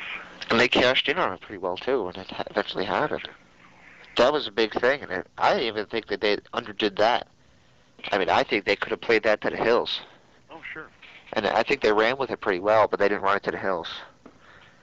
I would have personally gone with it until people were about to regurgitate it and then tried something new with it. But eventually it just kind of fizzled out. And I think it fizzled out because of Russo. I mean, for 3 years or so, you had the same people, or 2 years, you had the same people doing the Nitro Girl thing, and all of a sudden Russo decides, we're not going to put you on TV anymore. Granted, it's the thing people tune in to see, but instead we're going to keep you on commercial breaks, and then we're going to have you try to wrestle matches. But I'm not a wrestler. Doesn't matter. I can make anybody a wrestler. And they go out there and they have a horrible, horrible match. They feel bad about themselves, and then they're stuck doing commercial things, and they quit. True. I mean, that's pretty much what happened. But No, they were dancers, and that's how they should have been left. I mean, if they want to play little storylines like Stacy Keibler was originally a Nitro girl. Yeah, well, she wasn't an original, but she was a Nitro girl. No, but that's where she started, was as a Nitro girl, and then they brought her into being Miss Hancock. She was not one of the original Nitro girls, you're right. I think she came in 99 or 2000. Right. Late 99, 2000, early 2000, yeah. But getting back to my original point, you remember Fire? Yeah. Terry Burns? Terry Burns. Now, Terry was a school teacher, and she's also a mortgage broker and an actress. And if I recall right, pardon me, it's been a long night. Sorry for the yawn. If I recall right, she actually has some rather naughty pictures out there. Wouldn't know about that, but yeah, well, I'm sure that her students would love to find them. I have actually seen a couple of them, but they could be fake. But I was on the assumption that they were real. So you telling me she's a school teacher is actually surprising. Yeah. Tito Santana's a school teacher now. Yeah, and he also owns a beauty salon. I've gotten my hair cut there. Your hair done there. Yep, I got my hair cut there. That was pretty cool. Hey, be thankful you got hair to cut. Yeah. Should I assume you don't? You know what Steve Austin looks like? Yeah. He looks like Steve Austin's older brother. Well. With 15 years more bad attitude. Is that Austin's, what, 37 then? About that. Mm. He's somewhere in that general vicinity, mid-30s, late 30s. Yeah, I don't know. To me, he's another guy that, he shouldn't be out there anymore. I mean, the knee, the neck, No, I agree. He shouldn't be taking bumps. Right. Steve Austin is 38 years old. He'll be 39 December 18th. Okay. All right. And, in fact, everyone says his name's Steve Williams. That's his adopted name. He was born Steve Anderson. So, any relation to Arn? None. Okay. His real name's Marty Lund. Marty Lund? Yeah. What the heck are they called? Well, is he really related to Oldie? He's his son-in-law. Okay. That's the only relation there is. So everybody thinks they all look alike, and they're not even really related. Well, by blood, no. By blood, no. Well, I mean, how many of the Grahams were actually related? Eddie and Mike were related. They were father and son, but the rest of them, I mean, Billy Graham and Jerry Graham and Bobby Graham and Johnny Graham and there's a whole mess of Grahams. I mean, then there was the racist one, Graham Cracker. Graham Cracker? Yes. I missed that one. Yeah, well, that one all probably only exists in Vince Russo world. Yeah. You had you got Billy Graham, Bobby Graham, Eddie Graham, Professor Jack Graham, the original Dr. Jerry Graham Jr., Johnny Graham, Crazy Luke Graham. He was my favorite. He used to pull a toy duck to the ring. You know, the little wooden ducks that go quack, quack, quack, kind of move up and down. He'd bring one of those to the ring. He was quite an act. In fact, my favorite was Maniac Mike Davis. Oh, God. I loved that guy. He was hysterical. Ever hear him do his Dusty Rhodes impression? Uh-huh. He wasn't bad at it. It was hysterical.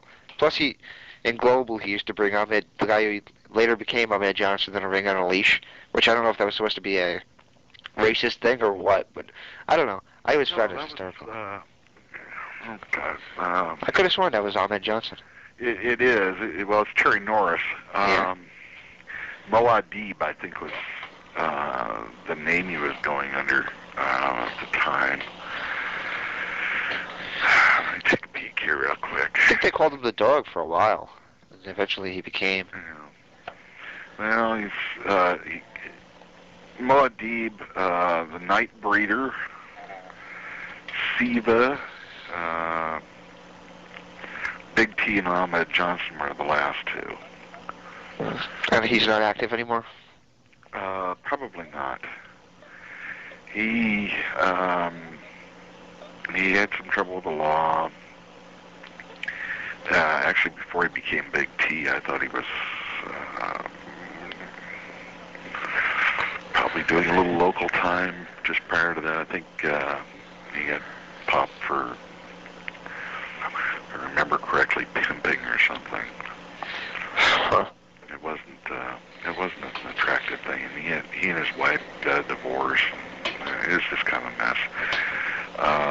He's probably working as a bodyguard someplace or a bouncer in a bar or doing something like that. Oh man, we got his number too. We should give him a call. Yeah, he'd be a real good interview. Yeah. I really got to take a shower.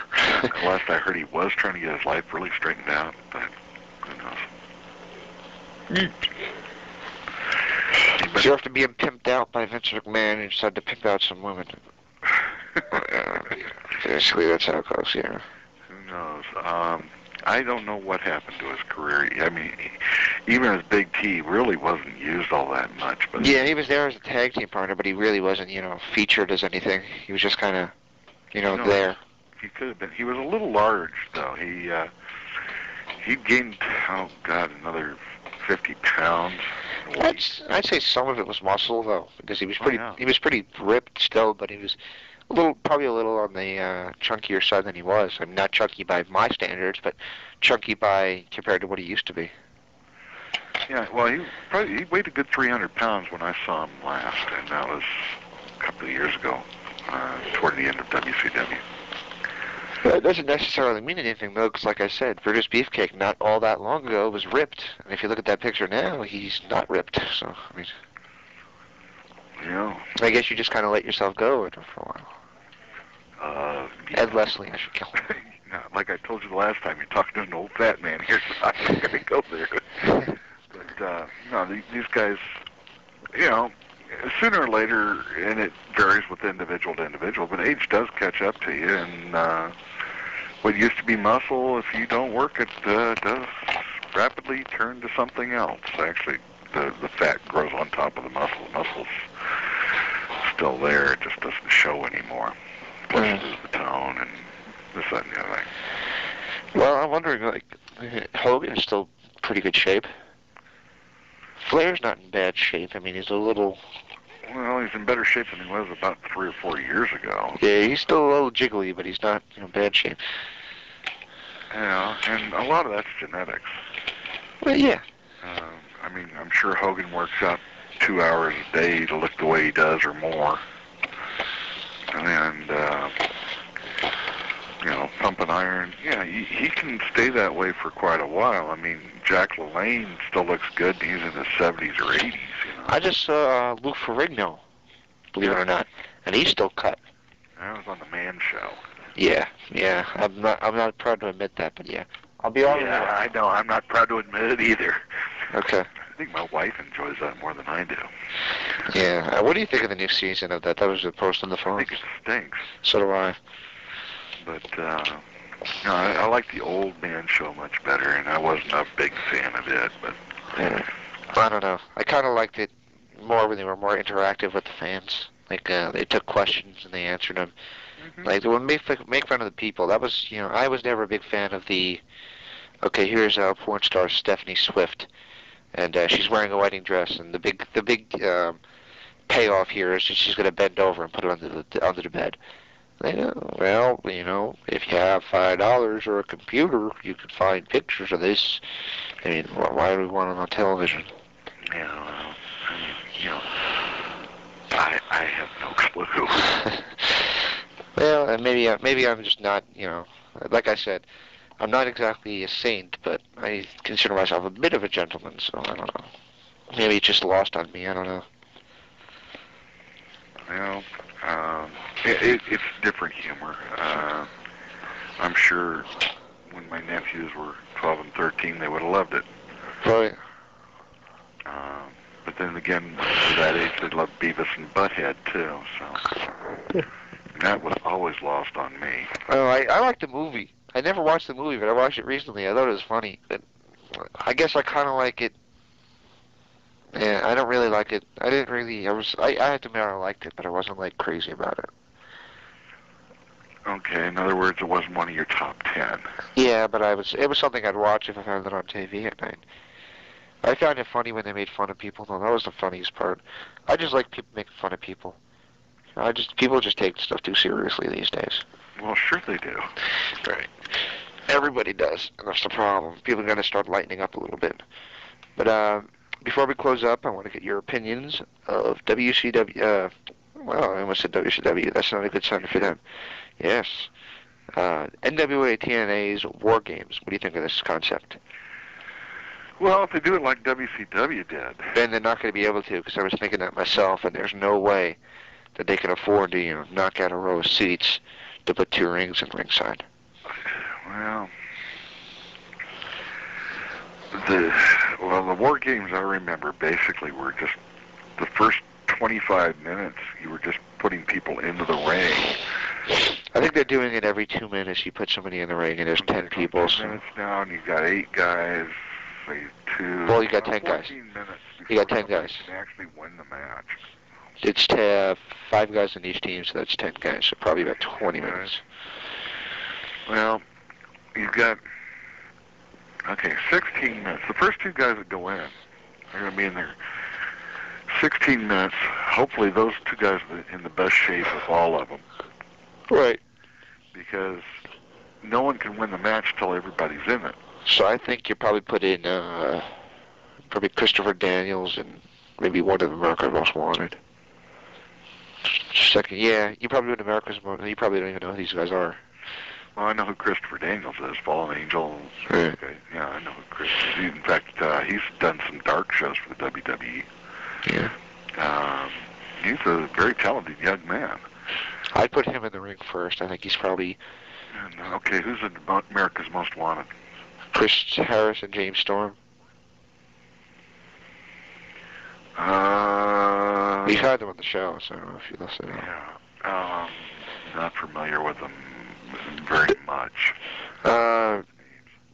Chris Harris is looks pretty cut.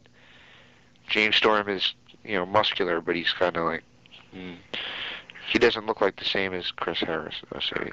Not quite as in good a shape. Getting back to this, you've got, let's say, 16 minutes before someone can actually win a match. I bet this one goes about 35. If I'm going to take that would be unusual. And the reason why is there's always somebody that gets a real nasty injury during War Games. J.J. Dillon got his shoulder separated in one. Someone's gotten their knee blown out in. I can't remember. Luger had a major injury in one of them. Then he went out back and beat his wife over it. That's just me not liking Lex Luger, though. Don't listen to me. Okay. The thing is it's an extremely dangerous match. And I hope that the fans actually appreciate how much danger there is involved. Someone's going to get hurt. And I'm talking about not one of these little, Shawn Michaels injuries. Shawn Michaels getting beat up in Syracuse by 10 cheerleaders. Yeah. Not like one of those injuries, no. Yeah, kind of like that, yeah. I've never had a shoulder separation. I can't think of anything more painful than a shoulder separation. Oh, I've had it. Don't worry. I've had it. It hurts, doesn't it?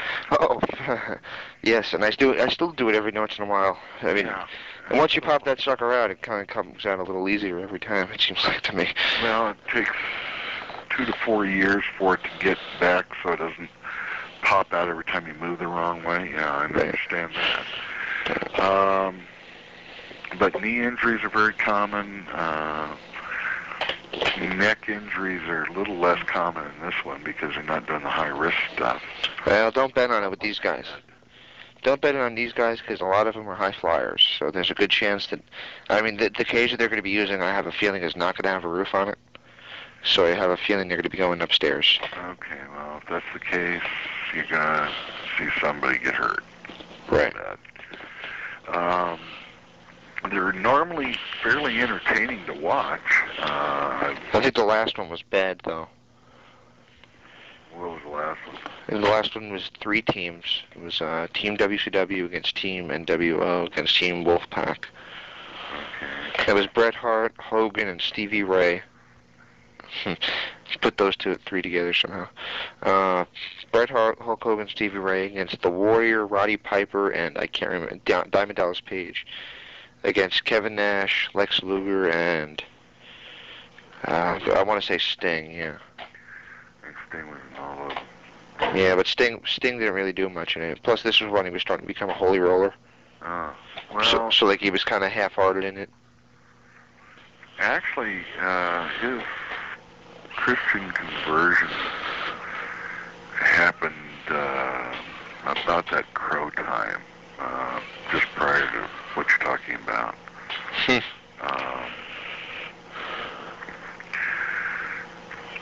So, the only thing I noticed with Sting after the conversion, well, first of all, he didn't wrestle for a long period of time. Right. And then when he came back, to me, he seemed half-hearted. It seemed like, you know... It was different. I will give you that. It seemed to me like he was not as energetic about being there. And if you talk to him when especially when Russo was there. And when you talk to... Actually, when I saw Sting when Russo was there, I saw him more energetic again. Especially for a while, anyway. Not at first, but... Now, okay, we went on and on and on about Sting going to the NWA TNA thing, okay? How long did he stay there? He was there one show, but they're hinting about him coming back to win the world title. They're hinting rather heavily. Okay. In every promo, they keep saying, we called Sting, and you didn't call back, and Sting, Sting, Sting, and you know, they keep dropping the names, so he's going to be back to challenge for the world title. That would, it would be nice to see him come back, but he's getting to that point now where if he stayed away, I'd understand. I mean, he's in his middle 40s, and I'm like some people, I'm one of those guys that say when you get there and you've lasted that long, it's time to let your body have a rest. I mean, you earned it. Yeah. Well, at the same rate, he didn't exactly kill himself in that match either. I mean, he did one high move, but that was about it. I mean, he really didn't do very much. Well, Yeah, he has. I mean, yeah, he's done some things that would be, to say the least, risky. I mean, he did tear up his patella, and that took a year for it to heal. And he did that jumping on a cage. I mean, I've seen him do a lot higher risk stuff and get no injuries from it. Right. But when he tore his patella, that was a pretty nasty injury in and of itself. Precious Paul Ellering also had a torn patella. In fact, it ruined his wrestling career. That's why he became a manager, because he couldn't wrestle anymore because of the patella. Yeah. It's extremely... Wasn't that also in a War Games when Sting hurt his leg? It was a cage match of some kind, I can't remember. No, it wasn't War Games. It was... Okay, he'd been Four Horsemen. Yeah. You know, I want to speed this up because I really have company coming in about 5 minutes. I understand, and I need to go too, but he'd been invited into the Four Horsemen, and he won something that gave him a right to challenge Ric Flair for the title, and he thought, hey, gee, we're keeping it in the family here, and even if I win, you know, so what, and blah, blah, blah, and everyone was trying to talk him out of wrestling Flair, and then they attacked him, and he came back out and jumped on the cage, and that's when he tore the patella. They made an angle out of it that it happened in a parking lot, and blah, blah, blah, but no, it happened live on television, and he basically just jumped on the cage trying to get at the Four Horsemen at the time. So do you have any other interesting little things we need to yak about today? Nothing I can think of other than upcoming interviews, and you can submit questions now via email or on the forums, as always. I'm rather disappointed in the forums because they were doing so good for a long time, and now they're getting me annoyed again. Now you gotta be nice, James. I mean, you got guys up here like Red Dragon. And Red Dragon is doing a great job. Creed's doing good. Creed, yeah, but he hasn't really submitted anything yet, but he's doing pretty good.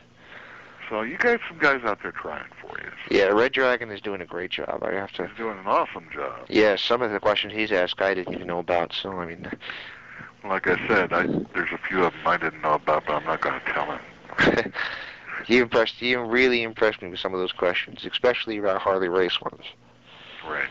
And so if you want to get on the show or try and get on the show by submitting awesome questions, that's how you do it. You just got to submit great questions and be an active part of the forums, and we'll let you on the show eventually. I mean, all you have to do is request it. I mean, look at JC.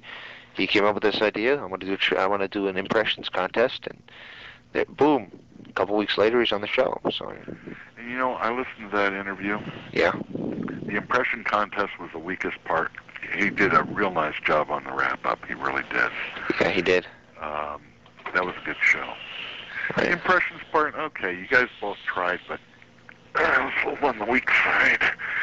I think the best impression, though, was when Dan did you on the Bruno show that I was on, because I could understand every word he said. Right. He gave me kind of like a California Valley accent, which I don't hear. I hear New York when I talk. I hear Jersey, New York accent. Yeah, well, that's where I'm from, so. No, I won't hold it against you. Where are you from, by the way? Originally, I was born in Illinois. I currently live in northern Idaho, and I spent about 20 years in California. Well, 25 years in California. Mm. Good. Okay, well, you again submit questions for Tito Santana and Harley Race right now on 3swforums.com or via email. You can email me at james@theinteractiveinterview.com or glamslammiddleman@AOL.com. You can also AIM me on there, but don't get pissy with me if I don't reply right away, because 9 times out of 10, I'm not actually at the screen. Okay? I'm just letting everybody know this, and I got a lot of questions. Where's my tapes? They're on the way. Relax. I don't screw anybody over. That said, I got to go jump in the shower because I have company coming in about 3 minutes. So I better really wrap this up. And Rick, as always, it's a pleasure. Same here. We're going to hopefully have you on the show again if you would like to be on the show again. Yeah. Hopefully with Daniel. We'd like to wish Daniel his best of luck setting things up in... This is Portsmouth. Portsmouth? Is that where he's going to be? I think so. It's an excellent college. He's done good getting into school. Yes. Well, congratulations. He's a smart guy. So, Evidently. Apparently, he really he doesn't get a lot of credit for what he does for this show. But when you think about it, all the promotion he does for it, all the webmastering stuff, I mean, all that stuff is him. I mean, all I do is get the questions and hopefully try to get everybody to agree to do the interviews. And 9 times out of 10, I do. I'm able to talk them into it if they're hesitant. But, and yeah, I write the recaps too, but Dan does a lot of work. I mean, he does all the webmastering.